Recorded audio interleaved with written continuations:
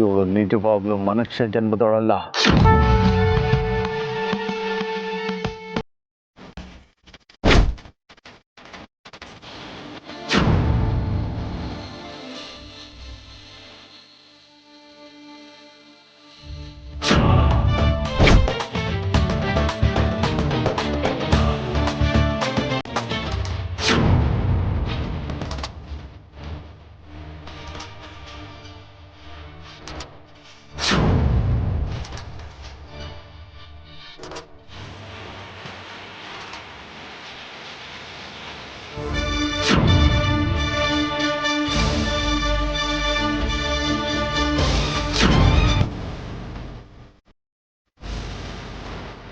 ನನ್ನ ಶಕ್ತಿ ಎಂಥದ್ದು ಅಂತ ಈಗ ಗೊತ್ತಾಗಿರ್ಬೇಕಲ್ವಾ ನಿನಗೆ? ನಾನು ಮನ್ಸು ಮಾಡಿದ್ರೆ ಇವಾಗಲೇ ಏನು ಬೇಕಾದರೂ ಮಾಡ್ಬೋದು.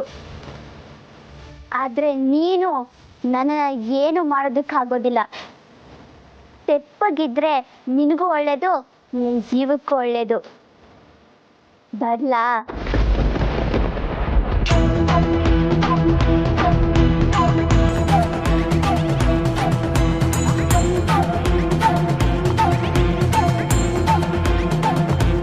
ಅಮ್ಮ, ಅಣ್ಣ, ಯಾರಿದ್ದೀರಾ? ಅಮ್ಮ,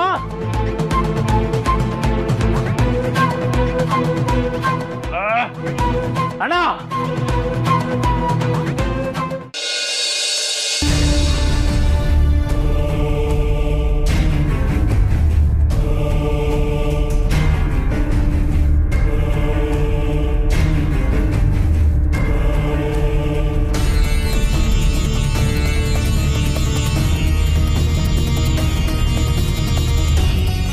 ಉರ್ಮಿಳಾ, ಅಹಂಕಾರ, ಆರ್ಭಟ ಇದು ಯಾವುದು ಶಾಶ್ವತ ಉಳಿಯೋದಕ್ಕೆ ಸಾಧ್ಯವೇ ಇಲ್ಲ ಅನ್ನೋದಕ್ಕೆ ನೀನೇ ಒಂದು ಉದಾಹರಣೆ. ತಕ್ಷಕ ನಾಗಲೋಕದ ಯುವರಾಣಿ ನೀನಾಗಿದ್ರು, ನಿನ್ನಲ್ಲಿ ಏನೇ ಆಸೆ ದುರಾಸೆಗಳಿದ್ರು ಆ ವಿಧಿಯ ಬಂದಿ ನೀನು. ಅದಕ್ಕೆ ಹೀಗೆ ನೀನು ಶಿಲೆಯಾಗಿ ನನ್ನ ಆಶ್ರಮದಲ್ಲಿ ನಿಂತಿರೋದು. ನಿನ್ನ ಲೋಕದಲ್ಲದ ಆ ನಾಗಮಣಿಯನ್ನ ಮೋಸದಿಂದ ವಶಪಡಿಸ್ಕೊಳ್ಳೋಕೆ ನೋಡಿದೆ. ನಿನ್ನವನಲ್ಲದ ಆ ಅರ್ಜುನನ್ನ ಬಲವಂತವಾಗಿ ನಿನ್ನವನಾಗಿ ಮಾಡ್ಕೊಳ್ಳೋಕೆ ನೋಡಿದೆ. ಅದ್ಯಾವುದು ನಿನ್ನ ಕೈಗೂಡಲಿಲ್ಲ, ಕೈಗೂಡೋದೂ ಇಲ್ಲ. ಯಾಕೆ ಅಂದರೆ ಆ ಅರ್ಜುನನ ಅಮೃತನ ಗಂಟು ಹಾಕಿರೋದು ಆ ಜಟಾಧಾರಿ. ಅವರಿಬ್ಬರದ್ದು ಬ್ರಹ್ಮಗಂಟಲ್ಲ, ಶಿವಗಂಟು. ಅದು ಬರೀ ಈ ಜನ್ಮಕ್ಕಲ್ಲ, ಮುಂದಿನ ಎಲ್ಲ ಜನ್ಮಕ್ಕೂ. ಹಾಗೆ ನೀನು ಈ ಶಿಲಾರೂಪದಿಂದ ಇನ್ಯಾವತ್ತೂ ಹೊರಗೆ ಬರೋಕ್ಕೆ ಸಾಧ್ಯ ಇಲ್ಲ. ಶಾಸ್ತ್ರಿಗಳೇ, ಸ್ವಲ್ಪ ನಿಲ್ಲಿ.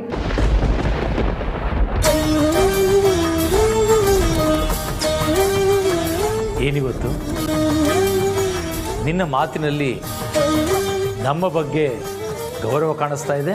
ನನ್ನ ತಪ್ಪಿನ ಅರಿವು ನನಗಾಗಿದೆ. ಈ ನಿನ್ನ ತಪ್ಪಿನ ಅರಿವು ಇದಕ್ಕೆ ಮುಂಚೆನೇ ನಿನಗಾಗಿದ್ದಿದ್ರೆ ಈಗಾಗಲೇ ನೀನು ನಿಮ್ಮ ತಕ್ಷ ನಾಗಲೋಕದಲ್ಲಿ ಸುಖವಾಗಿ, ನೆಮ್ಮದಿಯಾಗಿ, ಸಂತೋಷವಾಗಿರ್ತಾ ಇದ್ದೆ. ಈ ನನ್ನ ಆಶ್ರಮದಲ್ಲಿ ಶಿಲಾ ಬಾಲಿಕೆಯಾಗಿ ನಿಲ್ಲುವಂಥ ಸಂದರ್ಭ ಬರ್ತಾ ಇರಲಿಲ್ಲ. ಹಿಂದೇನು ನಾನು ಶಿಲಾ ಬಾಲಿಕೆ ಆಗಿದ್ದೆ ಅನ್ನೋದನ್ನ ನೀವು ಮರ್ತಿರೋ ಹಾಗಿದೆ. ಶತ್ರುಗಳ ಹಿನ್ನೆಲೆಯನ್ನು ಅಷ್ಟು ಸುಲಭವಾಗಿ ಮರೆಯೋದಿಲ್ಲ. ಈ ಹಿಂದೆ ನೀನು ಶಿಲೆಯಾಗಿದ್ದು ಕೂಡ ಆ ನಾಗಮಣಿಯನ್ನು ಪಡ್ಕೊಳ್ಬೇಕು ಅನ್ನೋ ಆ ದುರಾಸೆಯಿಂದ, ಆ ಅರ್ಜುನ ಬಲವಂತವಾಗಿ ನಿನ್ನವನ್ನು ಮಾಡ್ಕೊಳ್ಬೇಕು ಅನ್ನೋ ಕೆಟ್ಟ ಹಠದಿಂದ ಅದನ್ನು ಮರೆತು ಪುನಃ ಅದೇ ದುಷ್ಕಾರ್ಯಕ್ಕೆ ಕೈ ಹಾಕ್ತಾ ಇದೆಯಾ?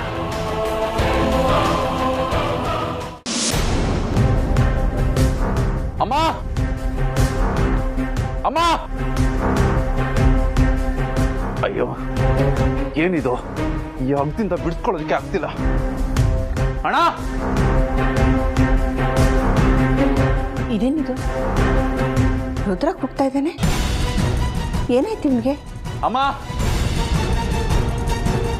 ಎಲ್ಲಿದೆ ನೀನು? ಅಮ್ಮ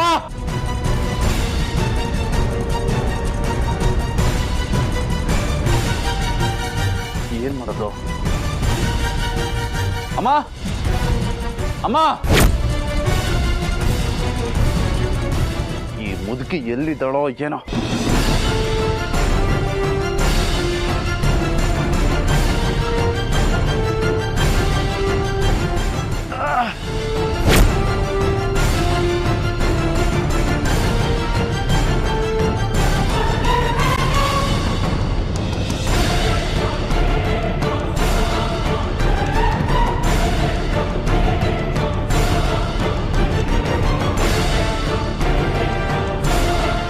ಅಯ್ಯೋ ಈ ಮುದುಕಿ ಎಲ್ಲಿ ಕೂತಿದ್ದಾಳೋ ಏನೋ. ನನ್ನ ಧ್ವನಿ ಕೇಳಿಸ್ತಿದ್ಯೋ ಇಲ್ವೋ? ಅಮ್ಮ ಅಯ್ಯೋ ದೇವ್ರೆ, ಯಾರ ನಿನ್ನ ಕಟ್ಟಾಕಿದ್ದು? ಅಲ್ಲ, ಮಾತು ಮುಂಚೆ ನಾನೇ ಭೀಮಾ ಅದು ಇದು ಅಂತ ಕೊಚ್ಕೋತಾ ಇದೆಯಲ್ಲ, ಅವ್ರು ಕಟ್ಟಾಕ ಅವ್ರಿಗೆ ಏನ್ ಮಾಡ್ತಾ ಇದ್ದೆ ನೀನು? ಏಯ್ ಓಕೆ, ತಲೆ ಹರಟೆ ಮಾಡಬೇಡ, ಬಿಚ್ಚು ಮೊದಲು. ಕೈಯಲ್ಲಿ ಆಗ್ಲಿಲ್ಲ ಅಂದ್ರೂ ಇದಕ್ಕೇನು ಕಮ್ಮಿ ಇಲ್ಲ. ಓ ದೇವ್ರೆ, ಯಾವನವನು ಸರಿಯಾಗಿ ಕಟ್ಟಾಕಿದ ನಿನ್ನ.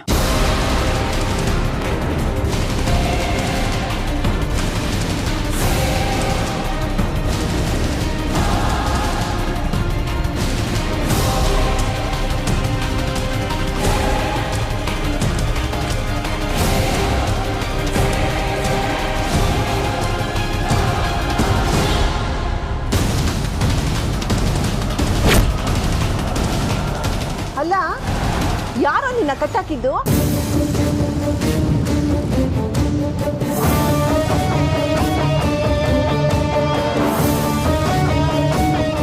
ನಿನ್ನೆ ಕೊಣಕ್ ಹೇಳ್ತಾ ಇರೋದು, ಯಾರೋ ನಿನ್ನ ಹೀಗೆ ಕಟ್ಟಾಕಿದ್ದು? ಯಾರು ಅನ್ನೋದು ಗೊತ್ತಾಗ್ತಿಲ್ಲಮ್ಮ. ಗೊತ್ತಾಗ್ತಿಲ್ಲ ಅಂದ್ರೆ ಏನು ಅರ್ಥ? ನನ್ನನ್ನು ಯಾರು ಈ ಸ್ಥಿತಿಗೆ ತಂದು ಕಟ್ಟಿ ಹಾಕಿದ್ರು ಅನ್ನೋದು ನೆನಪಾಗ್ತಿಲ್ಲ. ನೀನು ಹೇಳ್ತಾ ಇರೋ ಮಾತು, ನಿನ್ನ ವರ್ತನೆ ನನ್ಗೊಂದು ಅರ್ಥ ಆಗ್ತಿಲ್ಲ. ಸರಿಯಾಗಿ ನೆನ್ಸ್ಕೊಳ್ಳೋ, ಯಾರು ಅಂತ. ಇಲ್ಲ ಅಮ್ಮ, ಯಾರು ಅನ್ನೋದು ಗೊತ್ತಾಗ್ತಾ ಇಲ್ಲ. ಅಲ್ಲ, ನಮ್ಮನೇಲಿ ನಿನ್ನನ್ನು ಕಟ್ಟ ಹಾಕುವಂತ ಶತ್ರುಗಳು ಯಾರೋ ಇದ್ದಾರೆ?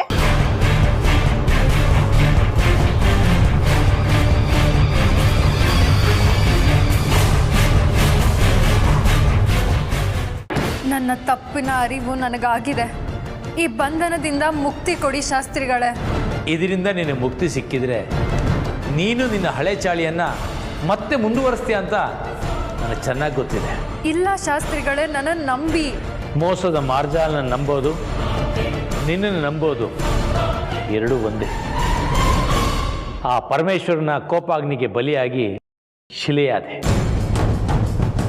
ದೈನ್ಯತೆಯಿಂದ ಆ ಶಿವನನ್ನು ಪ್ರಾರ್ಥನೆ ಮಾಡಿದಾಗ ನಿನ್ನ ಮೇಲೆ ಕರುಣೆ ತೋರಿ ಮುಂದಿನ ಜನ್ಮದಲ್ಲಿ ಅರ್ಜುನ ಸ್ಪರ್ಶ ನಿನಗಾದಾಗ ನೀನು ನಿನ್ನ ಮೂಲ ರೂಪ ಪಡ್ಕೊಳ್ತೀಯ ಅಂತ ಆ ಪರಮೇಶ್ವರ ನಿನಗೆ ವರ ಕೊಟ್ಟ. ಆ ಶಿವನ ವರದ ಪ್ರಕಾರ ಅರ್ಜುನ ಬಂದು ಆ ಪಾಳ ದೇವಸ್ಥಾನದಲ್ಲಿ ನಿನ್ನನ್ನು ಸ್ಪರ್ಶ ಮಾಡಿದಾಗ ನೀನು ನಿನ್ನ ಮೂಲ ರೂಪ ಪಡ್ಕೊಂಡೆ.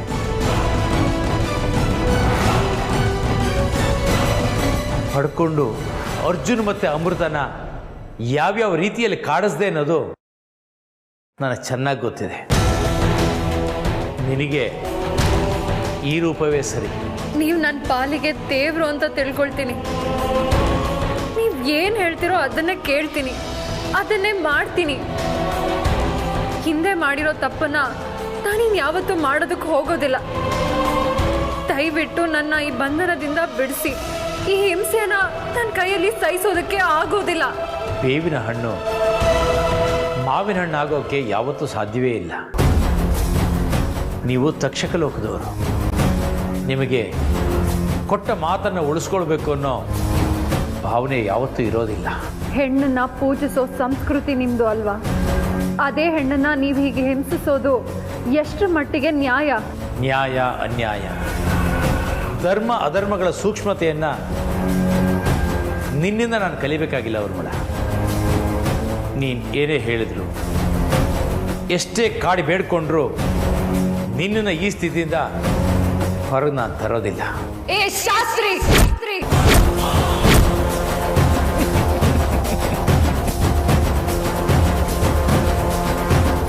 ನೋಡಿದ್ಯಾ ನಿನ್ನ ಅಸಲಿ ರೂಪ ಮನಸ್ಥಿತಿ ಹೇಗೆ ಹೊರಗೆ ಬಂತು ಅಂತ. ಇಷ್ಟೋ ತನಕ ಹಾಲನಾಗಿದ್ದವಳು ಹೇಗೆ ಹಾಲಾಹಲವಾದೆ ನೀನು. ನನ್ನ ಮೇಲೆ ಎರಗೋಕೆ ಬರ್ತಾ ಇದೆಯಾ? ಹಾಲಾಹಲ ಅಲ್ಲ, ಅಗ್ನಿ ಪರ್ವತದ ಲಾವಾರಸದ ಥರ ನಿನ್ನನ್ನ ಆಹುತಿ ತಗೊಳ್ತೀನಿ. ಭ್ರಮೇಲಿ ಬದುಕೋದು ನಿನಗೆ ಅಭ್ಯಾಸ ಆಗೋಗಿದೆ. ಅದಕ್ಕೆ ಭ್ರಮೆನಲ್ಲಿ ಏನೇನೋ ಬಡಬಡಿಸ್ತಾ ಇದೆಯಾ. ಈ ಲೋಕದಲ್ಲಿ ಯಾವುದು ಶಾಶ್ವತ ಅಲ್ಲ ಅನ್ನೋದನ್ನ ನೀನು ಮರ್ತಿರೋ ಹಾಗಿದೆ ಶಾಸ್ತ್ರಿ. ನನಗೆ ಈ ಬಂಧನ ಶಾಶ್ವತ ಅಲ್ಲ, ಇದರಿಂದ ಮುಕ್ತಿ ನನಗೆ ಸಿಕ್ಕೇ ಸಿಗತ್ತೆ. ಆಗ ನಿನ್ನ ಅಂತ್ಯ ನನ್ನಿಂದ ಅನ್ನೋದನ್ನ ನೀನು ಬರ್ದಿಟ್ಕೋ. ನೀನು ಈ ರೂಪದಿಂದ ಹೊರಗೆ ಬರಬೇಕು ಅಂದರೆ ಅದಕ್ಕೆ ನಾನು ಮನಸ್ಸು ಮಾಡಬೇಕು. ನಾನು ಯಾವತ್ತೂ ಅಂತ ತಪ್ಪು ಮಾಡೋದಿಲ್ಲ. ಹಾ, ಮರಕ್ಕಿಂತ ಮರ ದೊಡ್ಡದು ಇದ್ದೇ ಇರುತ್ತೆ. 7 ಲೋಕದ ಪರಮ ಸತ್ಯ ಇದು. ನೀನು ಹೇಳಿದ ಸತ್ಯನೇ. ಮರಕ್ಕಿಂತ ಮರ ದೊಡ್ಡ ಇರುತ್ತೆ. ನಿನ್ನೆ ಈ ದೃಷ್ಟುತ್ಯವನ್ನು ನೋಡಿ ನಿನ್ನೆ ದುಷ್ಟತನಕ್ಕೆ ಸಹಾಯ ಮಾಡುವಂಥ ಯಾರಾದರೂ ಸಿಕ್ಕಿದ್ರೆ ಅವ್ರ ಹತ್ರ ಸಹಾಯ ಪಡ್ಕೊ. ನಮ್ಮತ್ತ ಸಾತ್ವಿಕರಿಂದ ಅಲ್ಲ. ಶಾಸ್ತ್ರಿ, ನೀವು ನನ್ನ ನೋವಿನ ಶಾಪಕ್ಕೆ ತಟ್ಟ ಇರೋದಿಲ್ಲ. ನನ್ನ ಕೋಪದ ಹಾಗೆ ನೀನು ದಹಿಸದೆ ಇರೋದಿಲ್ಲ. ಶಾಸ್ತ್ರಿ, ಶಾಸ್ತ್ರಿ.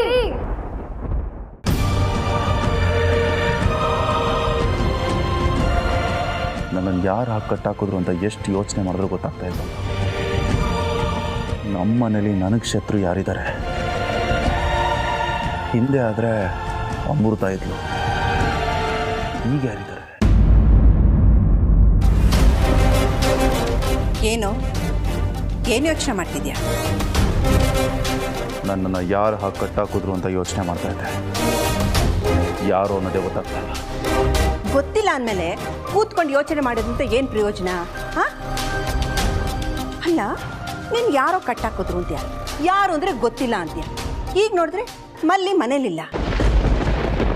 ನೀನು ಕಟ್ಟಾಕಿದ್ದಕ್ಕೂ ಆ ಮಲ್ಲಿಗೂ ಏನಾದರೂ ಸಂಬಂಧ ಇದೆಯಾ?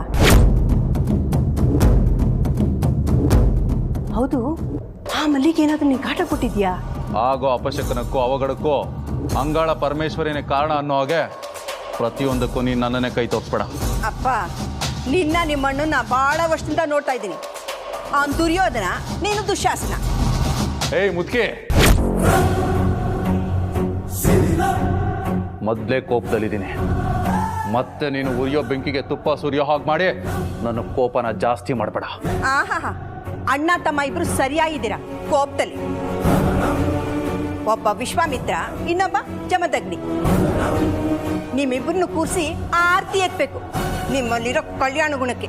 ಏಯ್ ಮುದ್ಕಿ, ಮಾತಾಡದೆ ತೆಪ್ಪಗಿದ್ರೆ ಸರಿ, ಇಲ್ಲ ಅಂದ್ರೆ ಅಡ್ಡಡ್ಡ ಸೀಳು ಬಿಡ್ತೀನಿ. ಅಜಯ್, ಅರ್ಜುನ್, ಮಲ್ಲಿನೆಲ್ಲಾದ್ರೂ ನೋಡಿದ್ಯಾ? ಮಲ್ಲಿನ ಇಲ್ವಲ್ಲ, ಯಾಕೆ? ಅವಳು ಮಲ್ಲಿನೆಲ್ಲೂ ಕಾಣ್ತಾ ಇಲ್ಲ. ಹೌದಾ? ಎಲ್ಲ ಕಡೆ ಸರಿಯಾಗಿ ಹುಡುಕ್ತಾ? ಅಯ್ಯೋ, ನಾನು ಹೇಮ ಎಲ್ಲ ಕಡೆ ಹುಡುಕಿದ್ವಿ, ಅವಳು ಕಾಣ್ತಾ ಇಲ್ಲ ಕಣೋ. ಅವಳು ಹಾಗೆಲ್ಲ ಹೇಳ್ದೆ ಕೇಳ್ದೆ ಹೋಗೋಳಲ್ವಲ್ಲ. ಸರಿ, ನಾನು ನೋಡ್ತೀನಿ ಇರು.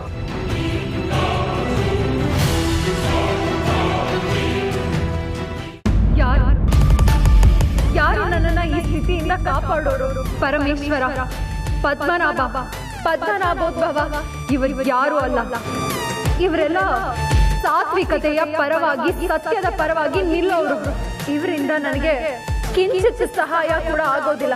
ತಾಮಸಿಕ ಗುಣವನ್ನು ಮೈಗೂಡಿಸಿಕೊಂಡು ಕ್ಷುದ್ರ ದೇವತೆಗಳನ್ನು ಆರಾಧಿಸಿ, ಮಹಾಮಾಂತ್ರಿಕ, ಮಹಾಶಕ್ತಿ, ಮಹಾಕಾಳನನ್ನು ಆರಾಧಿಸಿ ಪ್ರಸನ್ನ ಪಡೆದುಕೊಂಡಿರೋ ಮಹಾಮಾಂತ್ರಿಕ ಮಾತ್ರ ನನ್ನನ್ನ ಈ ಸ್ಥಿತಿಯಿಂದ ಕಾಪಾಡಬಲ್ಲ. ಯಾರು ಆ ಮಹಾಮಾಂತ್ರಿಕ? ನಿನಗೆ ಸಹಾಯ ಮಾಡೋದಕ್ಕೆ ಒಬ್ಬ ವ್ಯಕ್ತಿ ಇದ್ದಾನೆ. ಇಲ್ಲಿಂದ ಕೆಲವು ಗಾವುದ ನೀನು ಕಾಡಿನಲ್ಲಿ ಹೋದ್ರೆ ಅಲ್ಲೊಬ್ಬ ಭೈರವ ಎನ್ನುವ ತಾಂತ್ರಿಕ ಸಿಗುತ್ತಾನೆ. ಅವನು ನಿನಗೆ ಎಲ್ಲಾ ರೀತಿಯಲ್ಲೂ ಸಹಾಯ ಮಾಡುತ್ತಾನೆ.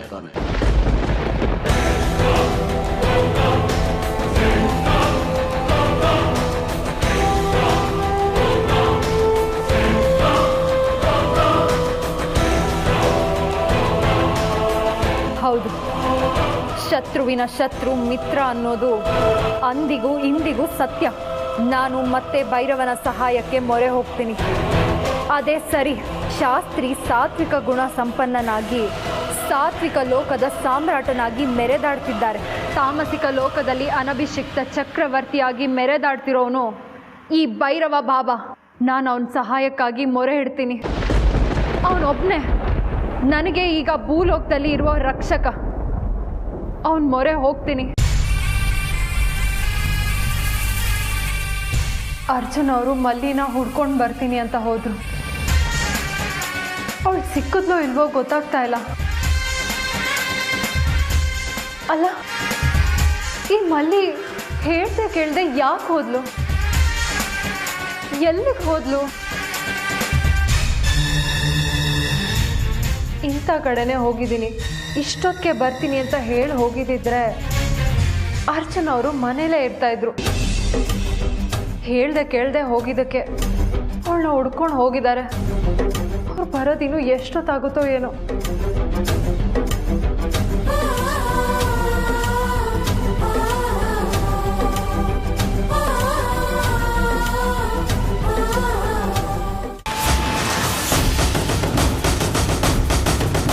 ಭೈರವ, ನಿನ್ನ ಸಹಾಯ, ನಿನ್ನ ಶಕ್ತಿ ನನಗೀಗ ಈ ಕ್ಷಣಕ್ಕೆ ಅತ್ಯಗತ್ಯ.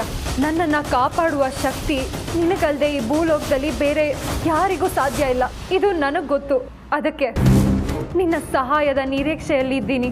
ನನ್ನ ನಿರೀಕ್ಷೆ ಹುಸಿ ಮಾಡದೆ ಕಾಪಾಡಲು ನಿನ್ನಿಂದ ಮಾತ್ರ ಸಾಧ್ಯ. ನನ್ನ ಈ ಬಂಧನದಿಂದ ಬಿಡಿಸು. ನಿನ್ನ ಆ ಜನ್ಮ ವೈರ್ಯ ಈ ಬಂಧನದಿಂದ ಬಿಡಿಸು. ನನ್ನ ಈ ಬಂಧನದಿಂದ ಬಿಡಿಸು. ನಿನ್ನ ಆ ಜನ್ಮ ವೈರ್ಯ ಈ ಬಂಧನದಿಂದ ಬಿಡಿಸು. ನನ್ನ ಈ ಬಂಧನದಿಂದ ಬಿಡಿಸು. ನಿನ್ನ ಆ ಜನ್ಮ ವೈರ್ಯ ಈ ಬಂಧನದಿಂದ ಬಿಡಿಸು.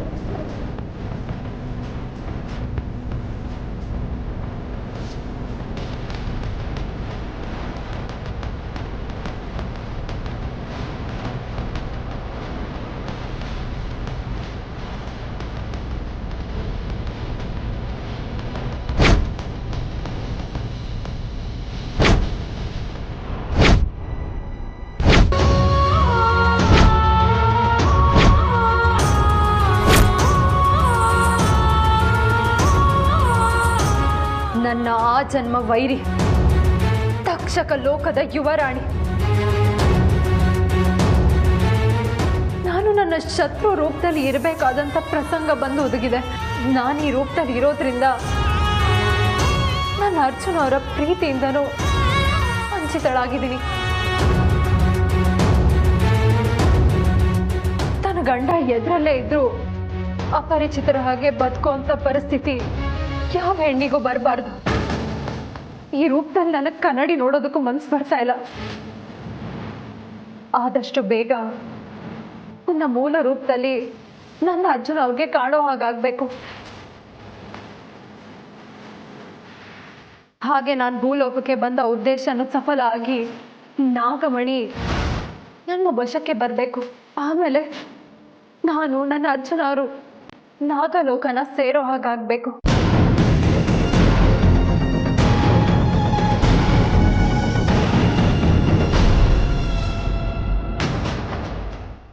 ನಾನು ನನ್ನ ಲೋಕಕ್ಕೆ ಹೋಗೋ ಮುಂಚೆ ನನ್ನ ಆ ಜನ್ಮ ವೈರಿಯಾದ ಊರ್ಮಿಳನ್ನ ಸಂಹಾರ ಮಾಡಿನೇ ಹೋಗೋದು. ಇದು ಪರಶಿವನ ಮೇಲಾಣೆ.